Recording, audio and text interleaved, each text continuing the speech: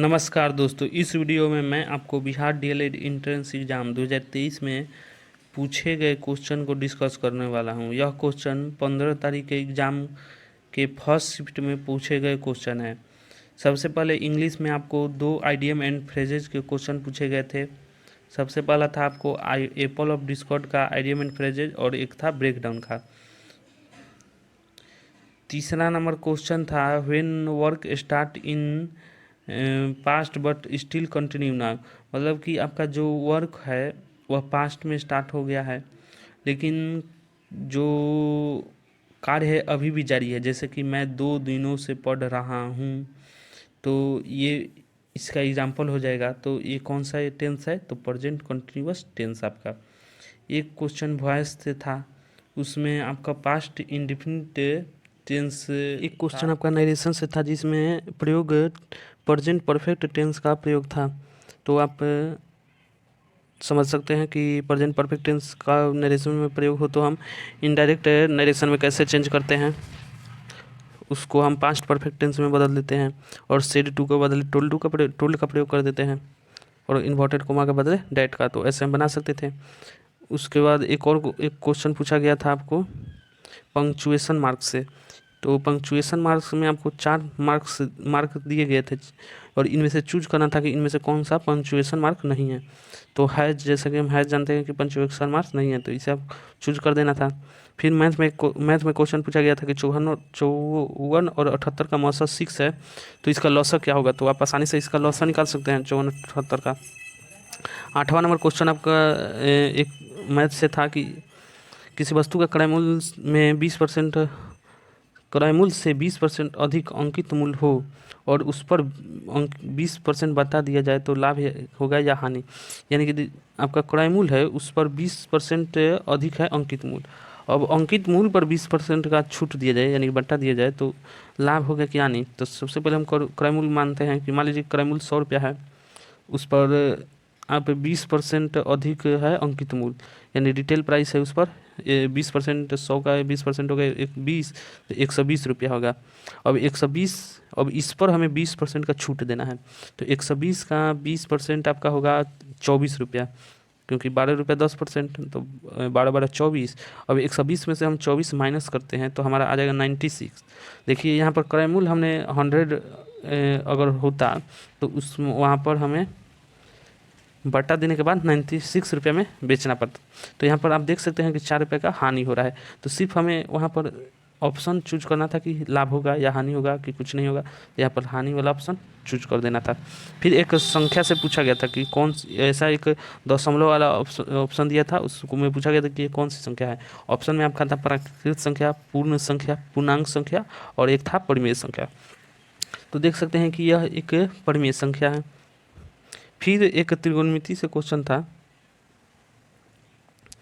cos 15 into cos 7 पूर्णांक 1/2, फिर sign 7 पूर्णांक 1/2।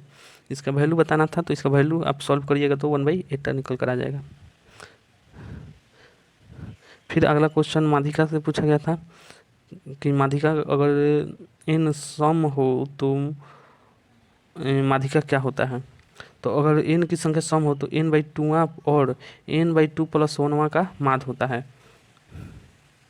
जैसे कि विषम जाते हैं, अगर n की संख्या विषम हो तो उसमें माध्यिका क्या होता है, तो n + 1 / 2।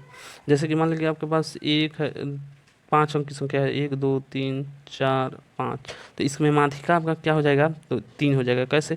तो n यहाँ पर टोटल संख्या कितना है, तो 5, तो n यहाँ पर हम 5, n की जगह पर 5 वैल्यू पुट करेंगे।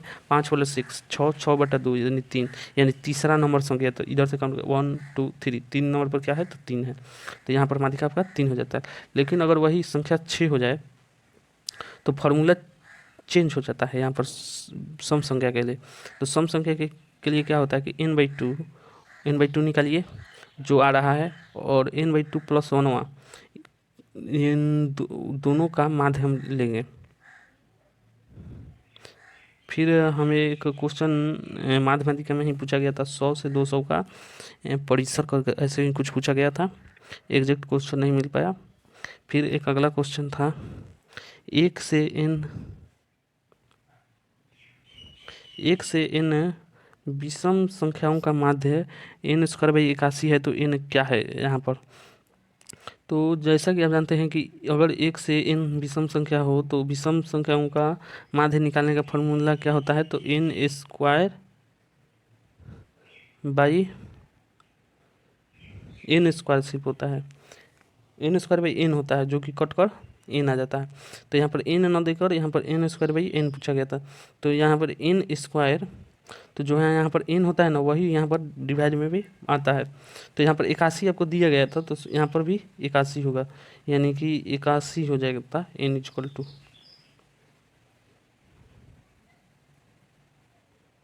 फिर देखिए एक त्रिकोणमिति से पूछा गया था कि cos alpha plus beta equal to 0 है, तो cos अल्फा माइनस बीटा क्या होगा? और उसमें ऑप्शन आपका कुछ ऐसे करके दिया गया था, cos alpha cos beta sine 2 alpha sign 2 cos 2 beta. तो इसका आप सॉल्व करके देख सकते हैं कि क्या आएगा। फिर एक क्वेश्चन पूछा गया था कि 9 स्क्वायर माइनस 4 इक्वल टू 0 का शून्य क्या होगा? तो यह बहुत ही आसान क्वेश्चन है। तो शून्य को निकालने के लिए क्या किया जाता है कि जो बराबर के इधर चिन्ह रहता है उधर, इसके बराबर का हम इधर लाते हैं, जैसे तो हम 4 हो जाएगा, 9 स्क्वायर इक्वल टू 4। शून्य में हम बेसिकली क्या करते हैं, तो x का वैल्यू निकालने का प्रयास करते हैं। तो x का वैल्यू निकालने के लिए जो इधर संख्या है उसको हम बराबर के इधर लाएंगे, तो 4 हो गया। फिर x से स्क्वायर 9 इधर गुना में है, तो इधर आके भाग में आ जाएगा, तो x स्क्वायर इक्वल टू 4/9 होगा। अब x इधर स्क्वायर है, तो स्क्वायर इधर है, तो इधर आएगा तो वर्गमूल हो जाएगा। तो वर्गमूल हो जाएगा, तो जब स्क्वायर बराबर के इस साइड आता है तो प्लस और माइनस दोनों चिन्ह का प्रयोग होता है। तो 4 का वर्गमूल 2 हो जाएगा और 9 का वर्गमूल 3 हो जाएगा। तो आपका ऑप्शन यही था, प्लस माइनस 2/3। फिर साइंस में क्वेश्चन पूछा गया था, नमक किस विधि से प्राप्त होता है? तो नमक आपको वाष्पीकरण विधि से प्राप्त होता है। फिर इनमें पूछा गया था एक क्वेश्चन साइंस में ही कि इनमें से कौन खरपतवार है, और उसमें आपको 3 जो दिए गए थे खरपतवार के नाम दिए गए थे और चौथा दिया गया था इनमें से सभी। तो उसमें से आप उनमें उस क्वेश्चन में आपको उनमें से सभी ऑप्शन सेलेक्ट करना था। जैसे कि आप जानते हैं मोथा कांग्रेस घास प्लेरिस मैनर, ये सभी घास हैं खरपतवार जो अनवांटेड प्लांट। फिर साइंस में क्वेश्चन पूछा गया था कि विभवांतर मापते हैं तो वोल्टमीटर में मापते हैं। अधिकांश अपरिवर्तन कहाँ होता है आँख में हमारे? तो कॉर्निया की बाहरी सतह पर होता है। फिर पूछा गया था जब नीले लिटमस पथ पर अम्ल या ऐसे ही कुछ था कि बेस डाला जाता है तो क्या हो जाता है रंग में परिवर्तन? लाल हो जाता है कि नीला हो जाता है कि कुछ परिवर्तन नहीं होता है? तो आप लाल का जैसे कि आप जानते हैं कि लाल हो जाता है, तो लाल हमें चूज करना था। फिर अब देखिए कि जीके में क्या क्वेश्चन पूछे गए थे। बिहार की सबसे पुरानी नदी परियोजना कौन सी है? तो दामोदर नदी परियोजना है। एक संविधान से क्वेश्चन पूछा गया था कि मौलिक अधिकार किस देश से लिया गया है? तो मौलिक अधिकार आपको संविधान में अमेरिका से लिया गया है। फिर अमेरिका से ही एक क्वेश्चन पूछा गया था कि अमेरिका द्वितीय विश्व युद्ध में क्यों शामिल हुआ? तो आपका ऑप्शन उसमें था जापान द्वारा हार्बर पर आक्रमण, ऐसे कुछ करके था, तो वही ऑप्शन आपका सही होगा। फिर बिरसा आंदोलन किस क्षेत्र में हुआ था? जैसे कि आप जानते हैं बिरसा मुंडा झारखंड से थे और झारखंड की राजधानी रांची है। तो ऑप्शन में आपका रांची एक ही झारखंड का जगह का नाम एक ही था ऑप्शन में, तो आप आसानी से छोटा नागपुर रांची चूज कर सकते थे क्योंकि झारखंड से एक ही नाम ऑप्शन में दिया गया था। फिर पूछा गया था कि अंगूर की खेती के क्या बोलते हैं? तो विटीकल्चर, ये बहुत ही फेमस क्वेश्चन है, सभी जानते हैं। फिर पूछा गया था एक क्वेश्चन आपको कि श्रीलंका की सबसे ऊंची चोटी कौन सी है? तो श्रीलंका की सबसे ऊंची चोटी पिद्रू तो गला है। अब रीजनिंग का क्वेश्चन है, हम देखते हैं कि रीजनिंग में क्या क्वेश्चन पूछा गया था। रीजनिंग में पूछा गया था चोर अपराधी और वकील में क्या संबंध है? तो उसमें 4 फिगर दिए गए थे, तो उसमें जो सही वाला फिगर था वो ये वाला था, क्योंकि चोर जो होते हैं वो अपराधी होते हैं, जब सभी चोर अपराधी होते हैं और वकील वकील का इन दोनों से और लेना देना नहीं है, तो इनका ग्राफ अलग रहेगा, तो यही ऑप्शन सही हो जाएगा। फिर एक ऐसे स्ट्रक्चर करके क्वेश्चन पूछा गया था जिसमें 3 स्ट्रक्चर दिए गए थे। इसमें आपको यहाँ पर 2 जो नंबर दिए गए हैं इनको ऐड कर कर यहाँ पर नीचे की तरफ लिखा गया था। फिर जैसे और इसमें भी वैसे ही इन दोनों को ऐड कर कर यहाँ पर लिखा गया था।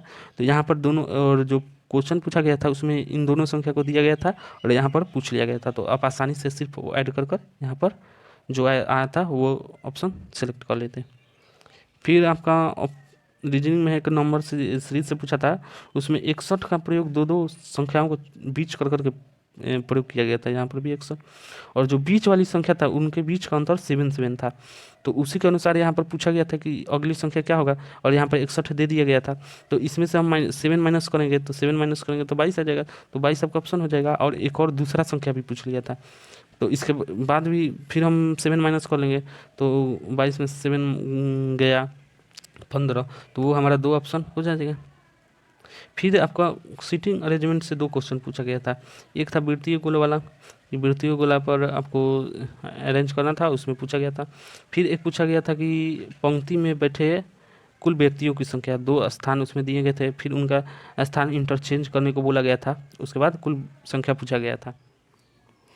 रीजनिंग में 2 नंबर सीरीज से और क्वेश्चन पूछे गए थे, एग्जैक्ट क्वेश्चन हमको नहीं मिल पाया। अगला क्वेश्चन साइंस में पूछा गया था ऊष्मीय ऊर्जा से।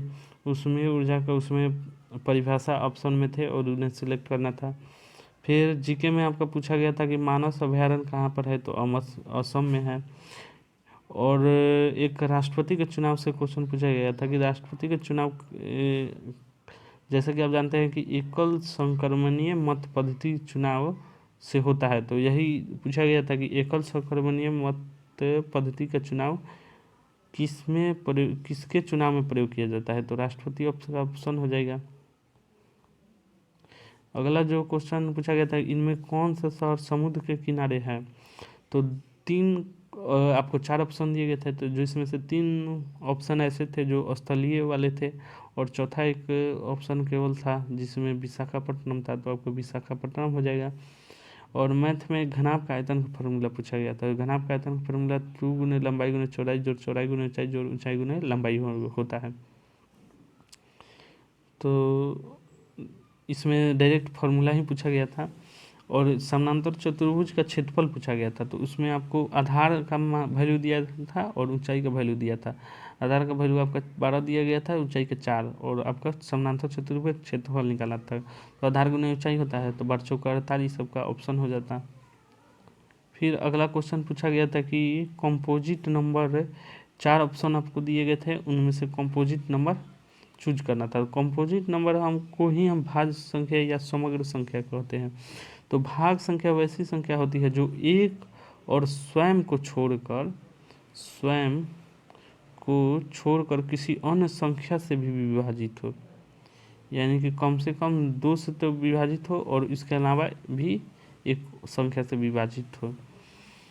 तो उसमें 3 जो संख्याएं दिए गए थे वो अभाज्य संख्या दिया गया था। चौथा ऑप्शन 91 था, और यही आपका सही ऑप्शन था। उसमें सिर्फ एक ही भाज्य दिया गया था 91, तो 91 1 से विभाज्य होगा, 91 खुद 91 से विभाज्य होगा, और एक आपका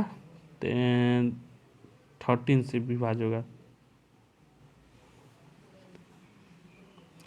फिर एक आपको क्वेश्चन पूछा गया था साइंस में कि जंग लगने से कैसे रोका जा सकता है, तो उसमें आपका एक था 3 ऑप्शन थे और चौथा ऑप्शन था इनमें से सभी। तो उसमें इनमें से सभी वाला चूज करना था, क्योंकि उसमें तीनों जो ऑप्शन दिए गए थे सही सही दिए गए थे। एक था पेंटिंग करके, एक था ऐसे कुछ गल्वनाइज्ड करके, मतलब तीनों ऑप्शन सही थे। तो हम इनमें से सभी वाला ऑप्शन चूज कर लेते हैं।